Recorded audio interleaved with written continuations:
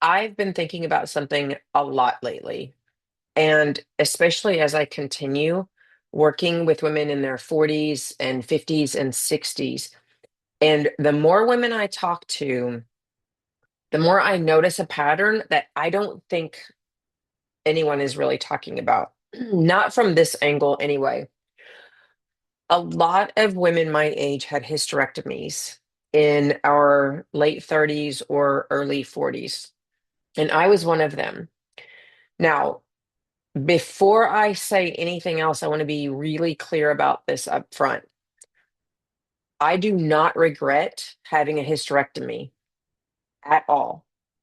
At the time, it having that done genuinely improved my life dramatically, and I cannot overstate that. I was 38, yeah, 38 at the time. I was teaching in a university, undergraduate and graduate courses, very busy career life, home life, little kids at home. And I was dealing with extreme pain, severe bleeding. It's hard to describe how much constant pain I was in. I was having cycles that were so lengthy. Instead of being I went from having a cycle that was 1 week of the month and then being off 3 weeks of the month to painful, excruciatingly painful cycles that were 3 weeks long and only having about a 1 week reprieve. And then that continued until it got to the point where I was on a cycle constantly, just for months and months and months, and I was in constant pain, and this disrupted my life completely. Like I said, I was teaching college at the time. There were days where I stood to teach, and it got to the point where I had to sit to get through a 1 hour class. And then it got to the point where, gosh, I hope TM, this isn't too much information, but some of you I just know can relate. And I need to share this with you. Um, I can remember sitting to teach because I was concerned about my clothes and someone knowing what happened. And then I got to the point where I was afraid to stand before the students went out of class because the bleeding was so heavy that if I sat down for, 45 minutes to an hour to teach and then I stood up, the rush of blood would soak through my clothes. I would, I remember many days I had to leave campus, drive home, change clothes, and come back. That's how bad it had gotten. The pain was severe. The bleeding was unbelievable. You would have thought it was a murder scene. Like it was, I don't mean to be so graphic, but I do. My cycles, like I said, were extremely low. I was miserable, completely miserable. And because I have a high pain tolerance, by the time I finally went in to the doctor to deal with this, things had already gotten pretty extreme. Some of you may be sitting there thinking, well, like, why didn't you go to the doctor sooner than that? And, valid. But I also, this happened at a time of great transition in our lives. I had finished my PhD. This started while I was still in school trying to finish my dissertation and defend and do all of those things. And then it extended into applying for positions and interviewing and going on trips to interview and then getting a job offer and moving. So we had moved about 9 hours away to take the job that I finally decided that I was going to accept. And so we'd moved away from my OBGYN, my regular doctor. So, I'm in a new town trying to adjust to a new job. And the first year that I'm there, this is getting worse and worse and worse. And so I called my OB back where we're from and told him what was happening and that I was at the point where I needed to see somebody. And thank goodness, as things go, he had a colleague that he knew in a neighboring town to where I was currently living, who he'd gone to medical school with. And he made the call, made the connection. So I finally got into a doctor. So I didn't have doctors set up where we were living. But it had gotten that extreme that I called my old doctor, and so I ended up getting in with this new person. Thank goodness, right? Um, so went to the doctor. He ordered a sonogram, went and had that done. They found cysts, and he told me that my uterus was extremely enlarged. And I was told actually that it was at least twice the size that it should have been. And so when a doctor recommended a hysterectomy, I didn't hesitate. Honestly, if I had to describe how I felt, I think it would be relief that I felt because number one, someone was finally telling me there was an answer for this. I mean, I didn't know if I was dying. Like I didn't know what was happening. And so to hear, here's the problem and here's the solution, I felt relief. And on top of that, when someone tells you you're going to wake up from surgery feeling a million times better, and you've been living in that kind of pain and extreme exhaustion for what had gone on now for a couple of years, you don't sit around thinking about it or philosophizing about it. You say, yes. When, like, how soon can we do it? And honestly, he was right. I did wake up feeling better. So, this discussion today is this is not an anti-hysterectomy conversation. That's not at all what this is. But years later, I started realizing that something else had happened too when I had that hysterectomy. Something I did not understand at the time that all that was going on, and I made the decision to go through with it. And I don't think many women understood it either. There were a lot of women having hysterectomies at that age. A lot of you probably have a similar experience to what I'm describing, and we did not understand what I'm about to talk about. And what I realized was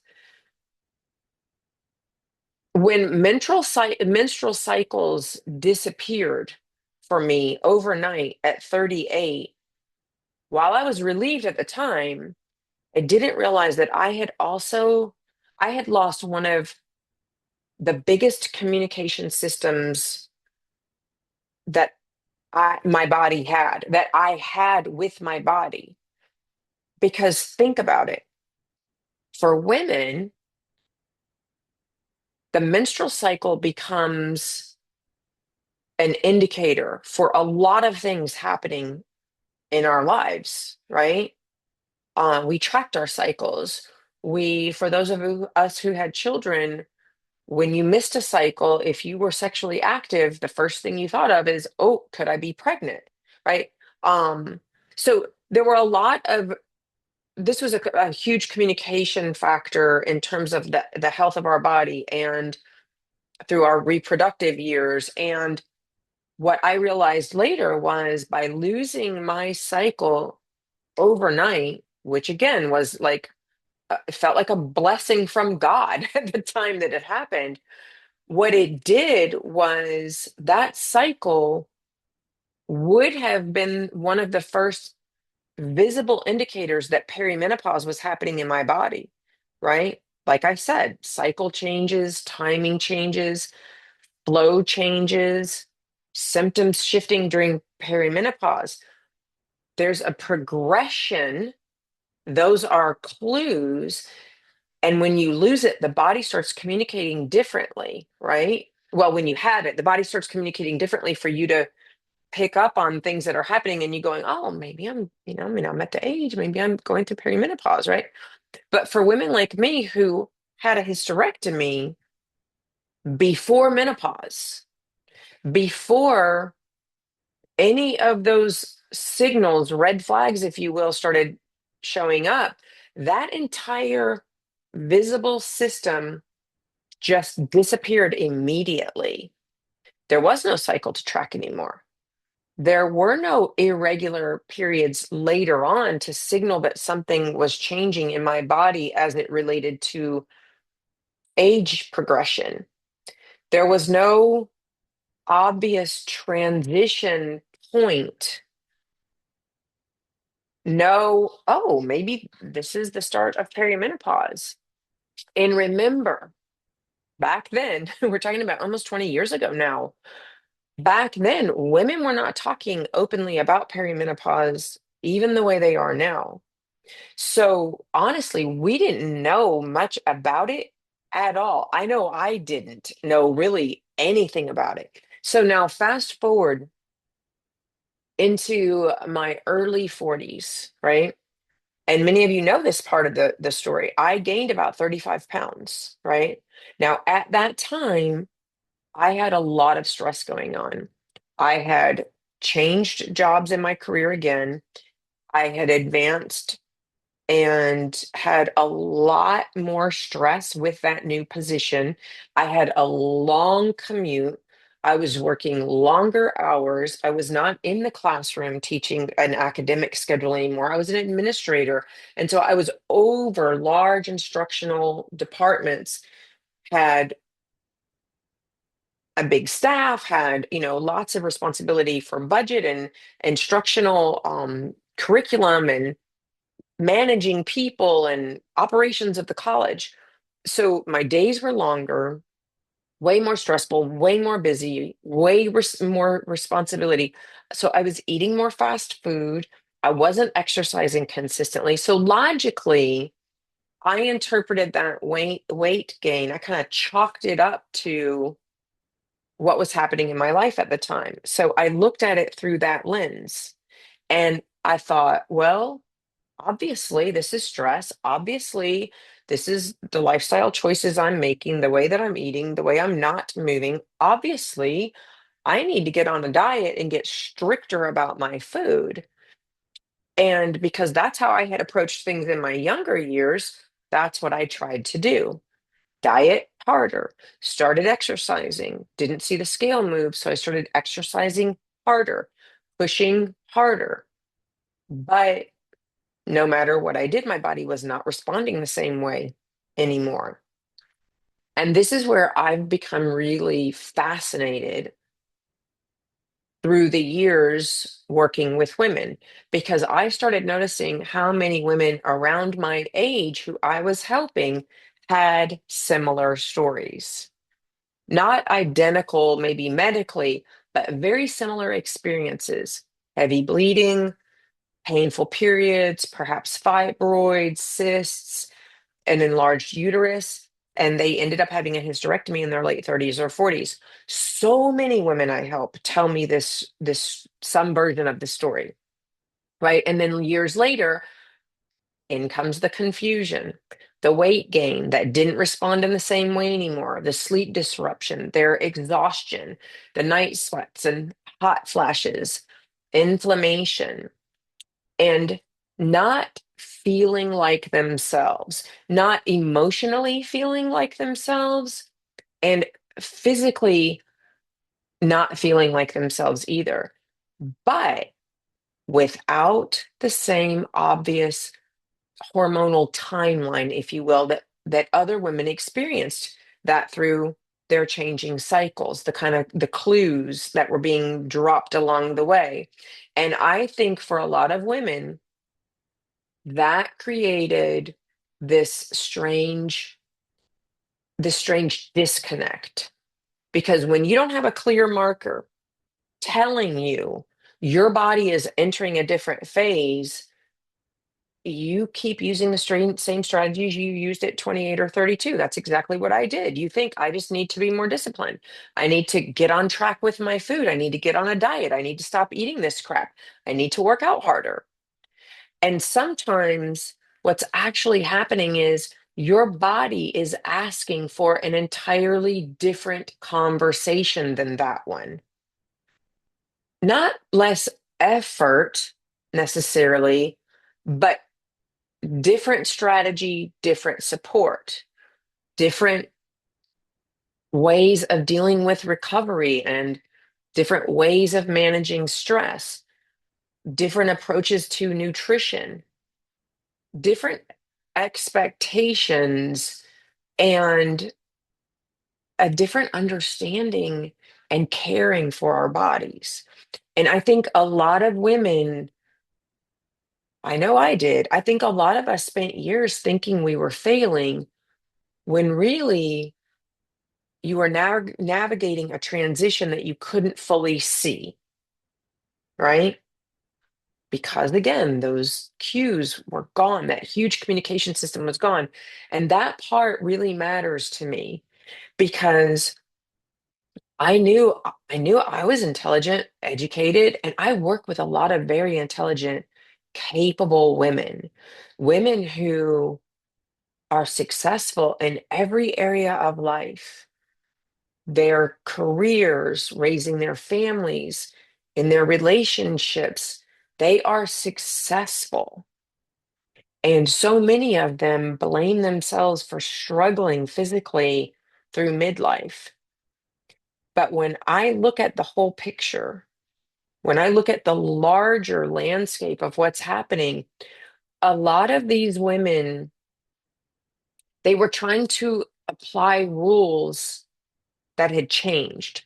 They were trying to apply the same rules to a changed physiology. That's probably the better way for me to say it.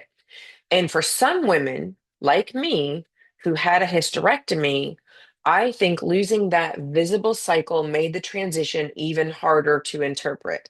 And even now at 57, I sometimes think about the fact that I never had a clear moment that many women talk about. I never had that moment where like your periods fully stop and you have this like recognition because you've been tracking it and you're like, "Oh, I haven't had a period in 12 months now. This is menopause now." I never had that marker. There was no final period. There was no countdown to that final period. So there was no identifiable transition point. My body changed, but the roadmap to that change, that disappeared years before my body changed. And excuse me, now I honestly wonder how many women are walking around with a similar experience to and have never fully put this language and the story around it. Not because you're unaware, but because as women, we're so used to adapting and pushing through that if this happened to you, you probably didn't stop long enough to even kind of reinterpret what's actually happening. So I think that's part of why so many women feel blindsided in this phase of life. And not just physically blindsided, like psychologically blindsided too. Because when your body changes without clear signals and without good conversations around what's going on, you often internalize that struggle as a personal failure instead of recognizing that your body may be asking for a different strategy entirely. And again, I'm not saying hysterectomies are bad. I'm genuinely not saying that. Mine completely improved my life at the time. And there are lots of women who have hysterectomies for medical reasons that are just absolutely a necessity. So I am not saying they are bad, but I do think that many women, me included, underestimate how much information our cycles give us. And we definitely underestimated that when that disappeared with that cycle being completely gone just all of a sudden via a hysterectomy, we, I think, grossly underestimated the information, the communication vehicle that that was to us until it was completely gone and suddenly completely gone. And I think that missing communication system may have shaped the way a lot of us experience menopause and that menopausal transition that can last for years and probably more than we even realize. And sometimes I sit and I think about how differently I might have interpreted what was happening to my body if I had understood perimenopause back then the way women are beginning to understand it now. Because at that time, I genuinely thought the answer was more discipline, more tracking my food, more dieting, more getting back on track. I thought, well, you gained the weight because you're stressed. You're eating differently. You're eating a bunch of crap and you're not exercising enough. You just need to tighten things up, Lori. And to be fair, some of that was absolutely true. But there was also physiological changes happening underneath all of that that I did not at all recognize.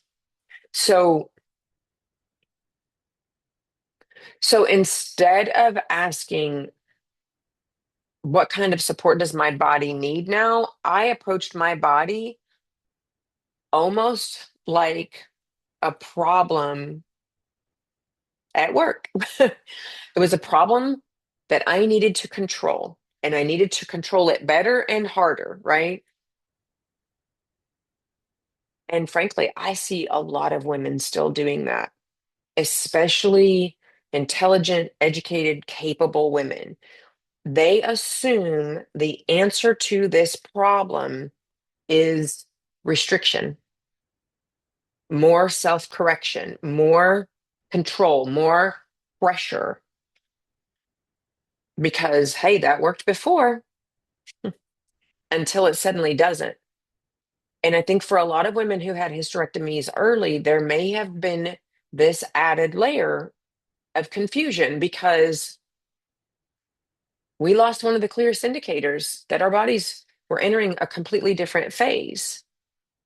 And I really think this opens a larger conversation about why so many women have spent years battling their bodies in a war with our bodies when what they actually needed was help understanding them. And that's probably where I want this conversation to go next. So, I'm going to make this part one in a series over the next couple of weeks. I think I'll do three of these episodes, and I want to have that larger conversation around why and how we have fought our bodies and how we can have this better understanding of them. I can't change what happened in terms of having the hysterectomy, and I may not have at all. I'm not saying that I would have, but what we can do for those of us who had hysterectomies and those of you who did not, we can do a lot better job of understanding them. And I want to have that conversation with you. So this will be part one in probably three episode series where I go there next in this conversation. So I'd love to hear your thoughts on this. And yeah, I'll meet you right back here next week. And thanks for hanging in with me and listening to my aha moments around this. I hope it was helpful to you. And I'll see you back here next time.